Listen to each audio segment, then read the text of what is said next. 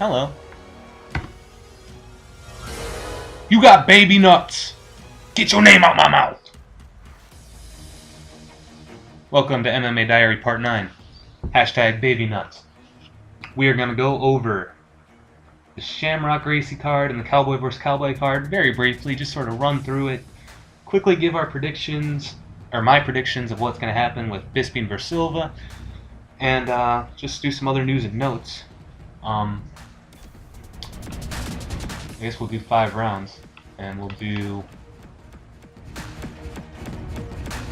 no O2, so let's just do Madison Square Garden. I didn't watch the World Series of Fighting card. Sorry, all you World Series of Fighting fans out there. But I will. I have it on my DVR. I was really drunk for that Bellator card, so I rewatched it today, so my thoughts are sort of fresh on that. The Cowboy vs. Cowboy card, I watched the entire card except for the Fight Pass prelims because my goddamn internet was down, and supposedly those are some pretty good fights that I missed, so I'm going to have to go back and watch those. I didn't take a whole lot of notes on that Cowboy vs. Cowboy card. I apologize. So my review and my preview, not going to be great. It's sort of weird trying to set goals for yourself and then having too many goals to actually accomplish the goals that you want to accomplish, you know? Like, I want to do these MMA diaries right, where I give thoughtful analysis for what my thoughts were for all these fights, and sort of really get into the preview process so I can know these fighters for when they become bigger names. Like, I would have loved to have gone over all these fighters that are fighting in the prelims for the Silva Bisping card, because I've rarely heard of any of them. But, what can you do? You only have limited time. Okay, so, Bellator 149. That was a shit show, eh?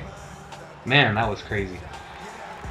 The best fight on the card, I don't know about the prelims, but the main card, the best fight of the card was the first one. Manuel Sanchez versus Daniel Pineda. That was a pretty good fight. Just a weird little side note. Did you guys notice their yellow underfeet? Like, they were like neon yellow. It was really kind of disturbing. I didn't notice on anyone else, but I guess I wasn't really looking at anyone else's underfeet, but they were very distinctive.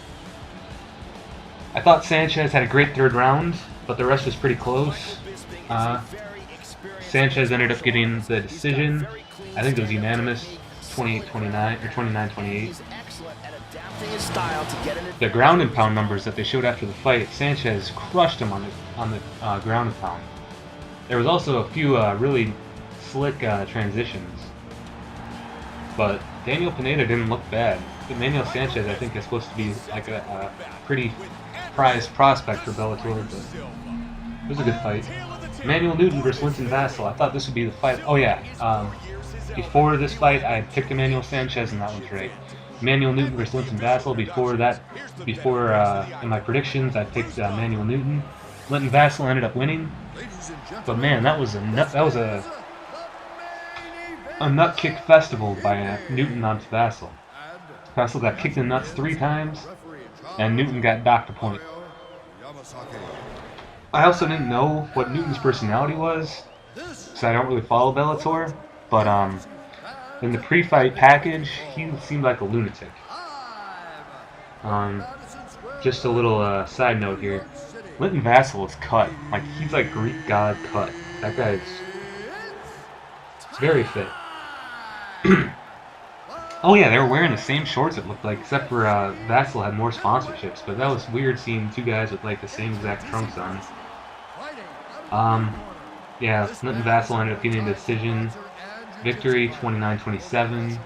So the nut kicks really didn't hurt Newton that much, considering he would have lost anyways.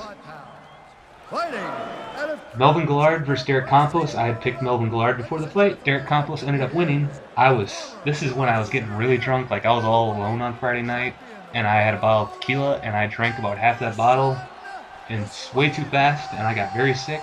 So I sort of passed out before the main event, but luckily I had it DVR'd. But here's what my drunk note said. Melvin went for KO but got tagged. Gallard's done.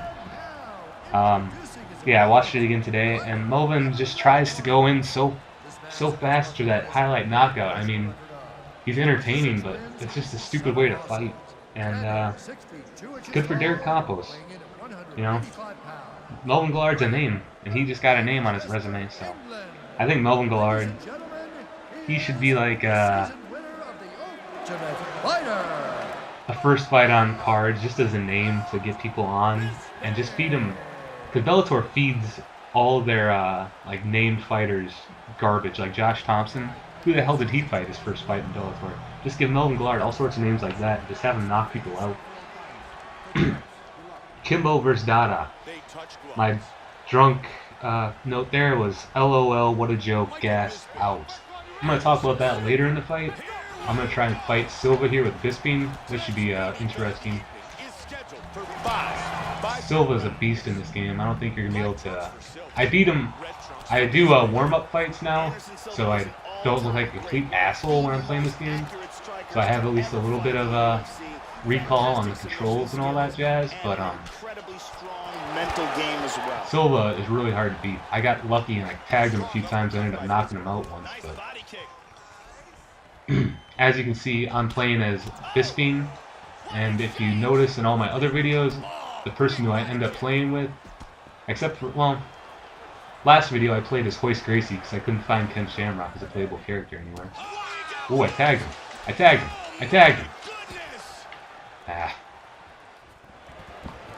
Powerful jab. But yeah, I usually play as the character, or the person who I think is going to win the fight, so spoiler alert, I'm picking Michael Bisping against my better judgment. Spider Silva's a legend, but I'll talk about my reasons why when I get to the video, or when I get to the predictions. I think I'm going to fight this one, and then I'm just going to put it on autopilot. That way I can talk about the rest of my thoughts. But yeah, I'm gonna wait.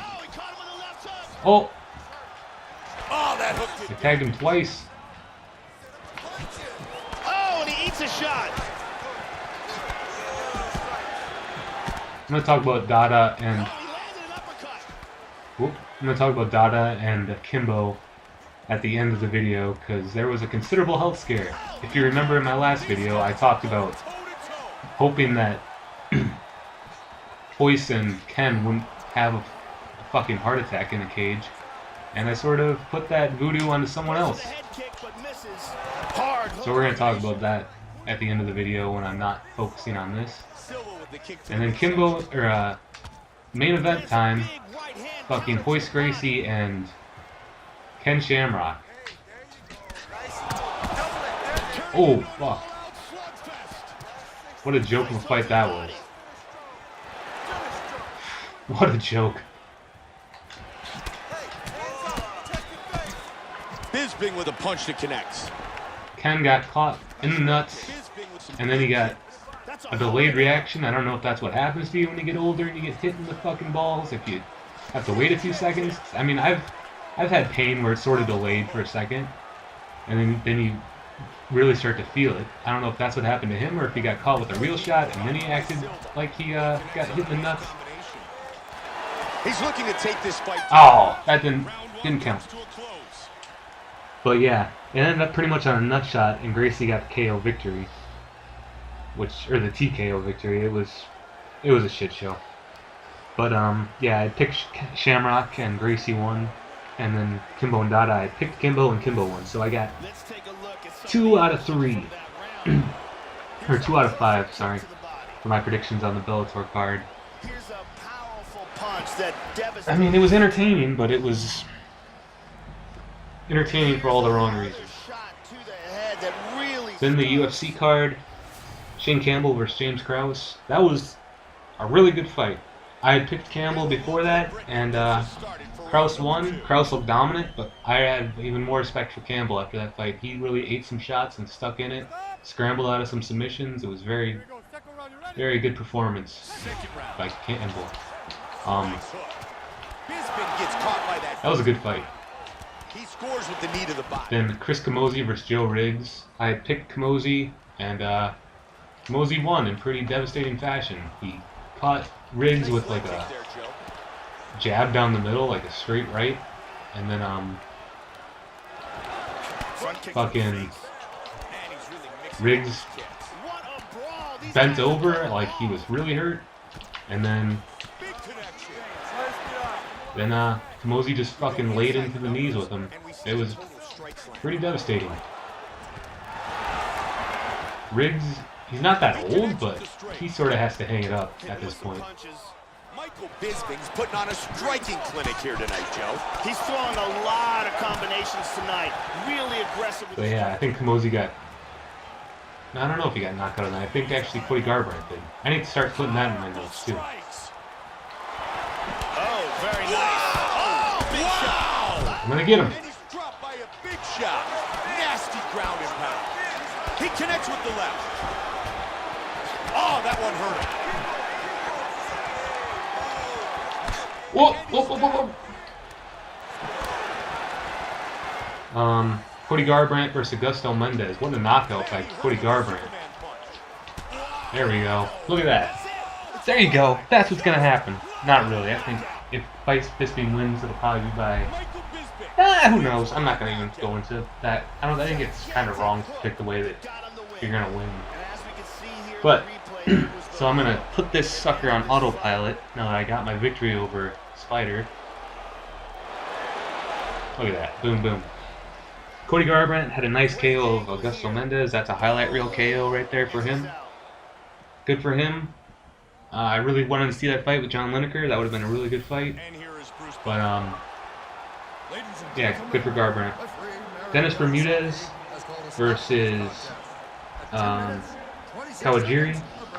I don't really remember that fight much. I think I said that fight was going to be one of the best fights of the night. Turned out not so much. But Bermudez got the win. I had picked him beforehand, and he got the win. Derek Brunson versus Juan Carniero. Brunson got first round TKO, I do believe. Don't really remember that fight much. And then Cerrone versus Alex Oliveira.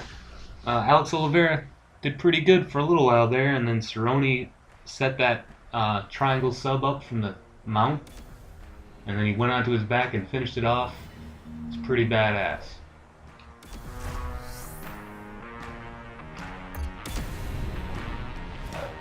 Okay. Now, it should all work out fine on its own. I'm just going to set the controller down. Yeah, good debut for Cerrone at welterweight. Cerrone is so underrated on the ground. Like, he has some really slick subs. All in all, it's a pretty decent weekend for MMA. Sort of not all it was supposed to be, considering that Gracie Shamrock and Kimbo and Dada was supposed to be some amazing MMA event. Turned out to be one of the most disastrous. Well, it's not disastrous because it got huge ratings. It got like 3 million viewers at its peak or something, which is insane. But honestly, that night for Bellator will go down in infamy. Like, when people talk about bad MMA events, that's what they're going to talk about. One thing I'm going to say about World Series of Fighting, I already mentioned that I didn't watch it, but I saw it was held in like a rec center with like teenage girls volleyball, like a few hundred feet away, or not even a few hundred feet, like less than 100 feet away. It's pretty sad. That's like, it's not a good look. Oh yeah, and then back to the UFC card. The only prelim that I really remember is the Holy War Angel Olawale Bamgose. Wow, that was awesome. Got a head kick KO, and then did some crazy celebrations. That guy's scary. I'm looking forward to seeing that guy fight some more. That guy's awesome. I'll just skip this so you guys can see some actual fighting, since you already saw these walkouts. Can you hear those buttons pressing? I'm clicking them. Clickety-clackety. I guess you can't skip the thing here if you're not playing. Sorry. So, Oh yeah, did I even mention in Bellator that Mike Tyson was on commentary for Melvin Guillard and Derek Campos? Mike Tyson is hilarious when he's fucking drunk or high or whatever he was. That was awesome. That was the best part of the night. That was hilarious. But yeah, so here's some announcements that went down. Benson Henderson versus Koreshkov, April 22nd for the Bellator welterweight title. How, I don't know if it would be embarrassing or anticlimactic, if that's the right verbiage or whatever. Not verbiage, I don't know. Phrase. I need to learn how to talk, don't I? But if Koreshkov beat Benson Henderson in his Bellator debut, that would be so embarrassing for Benson Henderson and Bellator. But I kind of hope he does. I kind of hope Koreshkov beats him. I have nothing against Benson Henderson. I actually really like him. I thought he lost at least one of those Frankie Edgar fights. But seems like a good dude, smart dude. But I still want to kind of see him get beat by Koreshkov just to see what would happen. And then another Bellator announcement: Kimbo versus Phil Davis, May 14th, with Michael Chandler and Josh Thompson as a co-main event. That's a fun fight. I really like Kimbo. I listened to him on the Chael Sonnen podcast this week. Or was it last? No, it was this week. Smart dude, entertaining dude. Like, that guy seems really cool. Phil Davis. I like Phil Davis. People don't like Phil Davis. He puts on a lot of boring fights. I kind of like Phil Davis. So I'm excited for that fight. That's not exactly a pay-per-view headliner, but definitely a higher quality than some of the FS1 fights the UFC puts on. So I'm pumped for that. May 14th. Last episode I mentioned that Alistair Overeem will be headlining a Rotterdam, Netherlands card, and I said that Cain Velasquez was looking like the opponent he'd be fighting, but it turns out it's Andrei Arlovsky. Teammates at Jackson Winklejohn's, but they're not really friends, Overeem says, but they have respect for each other. Greg Jackson will be cornering Arlovsky. I'm not sure what Winklejohn's going to be doing, but I don't know who's going to corner Alistair. That should be interesting to see. But that's a good fight. I'm looking forward to that. I think Overeem will probably win. I think Arlovsky's Cinderella tale's almost over after he that terrible Frank Mir fight, and then he got dispatched by who dispatched Andre? They touch gloves. Was it Josh? No, I forget who Andre lost to last time, but he lost. So I think his run's almost over. And then just a little side note, there was a picture with Wanderlei Silva with the Risen shirt on, pointing at it. I don't know if he'll be able to fight. News came down that he's suspended for 3 years by the Nevada Athletic Commission, but there's going to be an appeal, but who knows what's going to happen there. I wonder if he can fight in Japan, even though he's suspended by the Nevada Athletic Commission. I think he would be able to, since it's a totally different country, and Risen's not really promoting in America. So I would really love to see Wanderlei Silva and Fedor Emelianenko fight. That'd be a lot of fun. That'd be a lot of fun.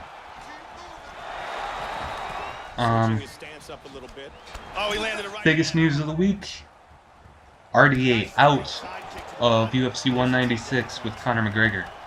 So, what does Conor McGregor do? He wins the 145 title back in July, August, December. Yeah, December. He won it in December. I don't know why I thought July or August. I think that was the last time he fought versus Chad Mendes. But yeah, he wins the 145 title in December. And then he's going to move up to 170 pounds. That's right, going from featherweight to welterweight in the span of 2 fights. Fighting Nate Diaz. That's awesome. That's awesome. Nate Diaz versus Conor McGregor. I think Conor's gonna... you know what? I'm not even gonna say that. I'm gonna wait for that prediction. Because I count out the Diaz brothers all the time, and they're always sticking around. Like that that Nick Diaz Anderson Silva fight. I thought Nick Diaz was gonna get his head taken off. Guess what? He did pretty good. He didn't win, but he did pretty good against Anderson. And then Nate Diaz, I picked Michael Johnson. Or no, did I? You know what? I have the note. Let me look. I think that was one of the first MMA diaries I did. Was that Orlando card? My first one was UFC 195 with Robbie Lawler. The Dillashaw one. Strong teeth by Bisping. Just wait. Here we go. Right into the midsection. Nice body kick.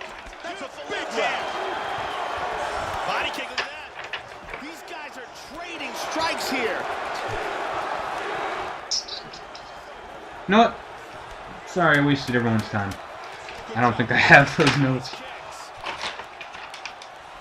And the round comes to an end.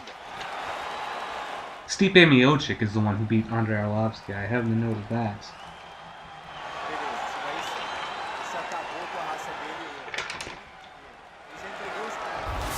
Man, I could have sworn I had those. Wait, you know what? No. That I did a MMA diary pilot just for myself to get sort of used to doing this. That's when I picked that Orlando card. Pretty sure.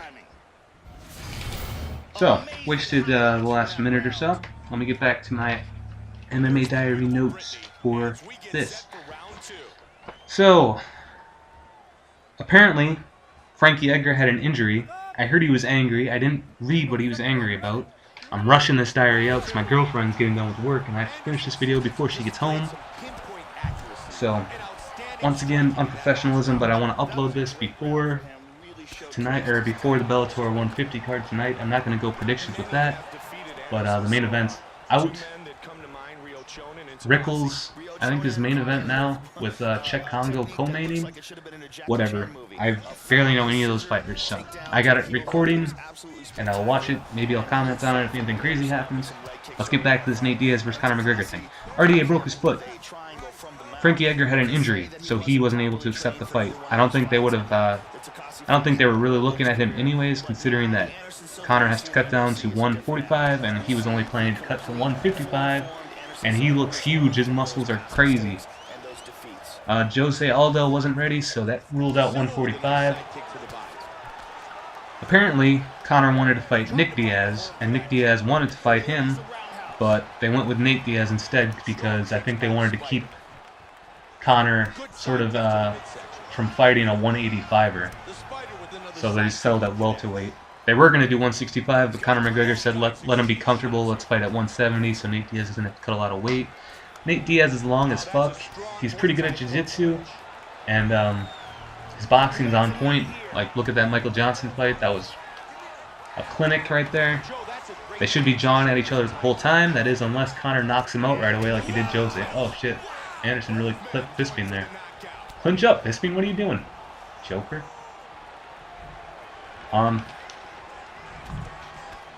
Let's see here. So, the Bisping versus Silva card. Here's what I got for predictions. I'm only going to predict the main card and the featured prelim, because like I said earlier, I don't know a lot of those fighters that are on the prelims. But so, Marwan Amirkhani versus Mike Wilkinson. I don't know a lot about Mike Wilkinson, but Marwan Amirkhani had that flying knee KO against Andy Ogle in Switzerland, which was awesome.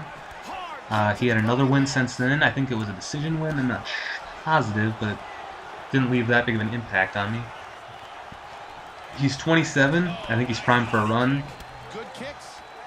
He's a weird dude. I've heard him on the MMA Hour a few times. I like him a lot. I'm really pulling for him. Brad Pickett versus Francisco Rivera. I said that Derek Brunson versus Kawajiri was gonna be the fight of the night last time. I'm gonna put my even though that was totally wrong, I'm gonna put my money on Brad Pickett versus Francisco Rivera for fight of the night this night for this card. I'm giving the hometown advantage to Brad Pickett. It should be a really fun fight. I'm looking forward to it. Go Brad Pickett. Tom Breeze versus Nakamura. Breeze is 9-0. He looked solid against Cathal Pendred. He knocked him out in the first round in that Scotland card. Nakamura only has one fight since 2008. But he's definitely the more experienced fighter. But I think this is sort of just a can for Breeze to crush. Who knows? Maybe I'm completely wrong. I don't really know a lot of Japanese fighters all that well. Maybe Nakamura is actually fucking dope. And Tom Breeze is running into a buzzsaw, but I'm going with Breeze. Thales Lades versus Gegard Mousasi is an awesome co-main event. I like Gegard Mousasi a lot. A lot. But I also like Thales Lades. Thales Lades, 3 little birds, one of the best walkouts. That's what Ariel Helwani always says, but it's true. He fought that Scotland card against Michael Bisping, and I thought Thales Lades actually beat Michael Bisping in that 5-round decision. It was a split decision. I had Thales Lades winning against Bisping, but what can you do? But yeah, the whole crowd in Scotland was singing 3 Little Birds. It was awesome. But Gegard Mousasi's a beast. I think he's going to come back pissed after that devastating KO by Uriah Hall. I think he's going to come out hard and get the KO. But I'm looking forward to that fight. That's a good co-main event. Solid punch by Bisping. Bisping versus Silva. Man. What a fucking awesome main event for Fight Pass. Like, this fight is years in the making. Silva always sort of... Well, you know what? Silva never really had to worry about Bisping, because Bisping always sort of lost in those big fights where he was almost at the title. Anderson Silva was just cruising on top. He had that one scare against Chael Sonnen, otherwise pretty dominating champion. Until that Chris Weidman KO, which I still have problems with, but let's not get into that. I'm picking Bisping. I'm really pulling for Bisping to win. Get that title shot, get destroyed by Luke Rockhold again, but go Bisping. I would love to see Silva go back, win the championship one more time, but the steroids. It's such a shame that he had to be positive for steroids. Man, I can't take the rest of his career seriously. He has some of the best KOs of all time. Stephan Bonner, holy shit. He just leaned up against the cage and then he threw a knee into his chest and just collapsed him. Awesome. He entered the Matrix against Stephan Bonner. Let me just sideswipe, tag you on the chin. Forrest Griffin goes flying through the air. Awesome. And then the KO I show all my friends who don't watch MMA. The Vitor Belfort KO. Greatest KO of all time. My boss was actually at that fight. I'm jealous. I ask him about it all the time. It's crazy. But the steroids. He didn't look good against Nick Diaz. He did enough to win. Bisping's going to come in very hungry. He knows this is his last shot at the title. This Anderson Silva fight in London is the biggest fight he's ever going to fight. And if he doesn't... I'm going to feel terrible for him if he loses. And I can totally see where he will lose, where he will get knocked out. But I just got to put some positive vibes out there for Michael Bisping to get at least one title shot in his MMA career. He's 36, I want to say, maybe 37. Silva's into his 40s. That's the end of round. I'm really excited for this fight. It should be a lot of fun. I'm really pulling for Michael Bisping. There's lots of Euros on the prelims and for the card, but that's obvious. I mean, it's in London. Ship all your Euros over to London. Let them all show what they got. I'm looking forward to seeing some new names. Sort of like a new Makwan Amirkhani, so I can find a new prospect to get hyped about. I'm not sure if I'm going to be able to watch all these fights, because I got some other things going on tomorrow. Saturday, February 27th, but at least it's on Fight Pass, so I should be able to watch all the fights whenever I want to anyways. I'm pumped about it.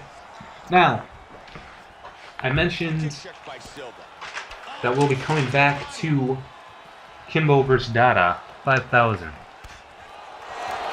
So, Kimbo vs. Dada.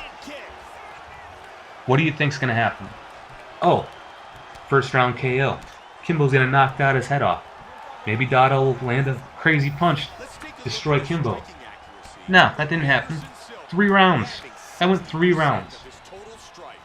Okay? First round. They're acting all cocky. Kimbo smiling and shit. Like, yeah, come on, motherfucker, hit me. Didn't really work out for Kimbo. Didn't work out for Dada. Didn't work out for anyone.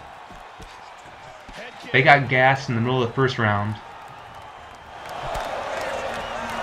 Kimbo landed a few good shots. Dada landed like 1 or 2 maybe. No one was in real danger of going down. Then, second round. Completely gassed. Completely gassed. Kimbo falls to his knees. Rolls over. And then, what does Dada do? He gets down into side control. And then he rolls onto his back. Kimbo goes into full mount. And doesn't do anything. All he had to do was stand up. Like, sit up, throw some elbows, and that fight's done. What does he do? He doesn't do anything. He gets stood up by Big John McCarthy in full mount. In full mount, he gets stood up. What the fuck? Then, I mean, they were gassed by the second round. Like, Dada is just leaning up against the cage. McCarthy tells him to stand up. Dada's on his back, on his knees, just sort of sitting there. I think McCarthy should probably stop that fight as soon as he saw Dada not responding to standing up. I'm not going to put the health crisis that Dada suffered on the Big John McCarthy. There's only one person you can really blame for that, and that's Dada 5000. I mean, people are saying blame the commissions. Honestly, if that dude didn't go into the cage prepared to fight, and I know it's the commission's job to make sure that those people are prepared. You know what? So yeah, it is kind of their fault, but have some like goddamn pride in what you're doing, Dada.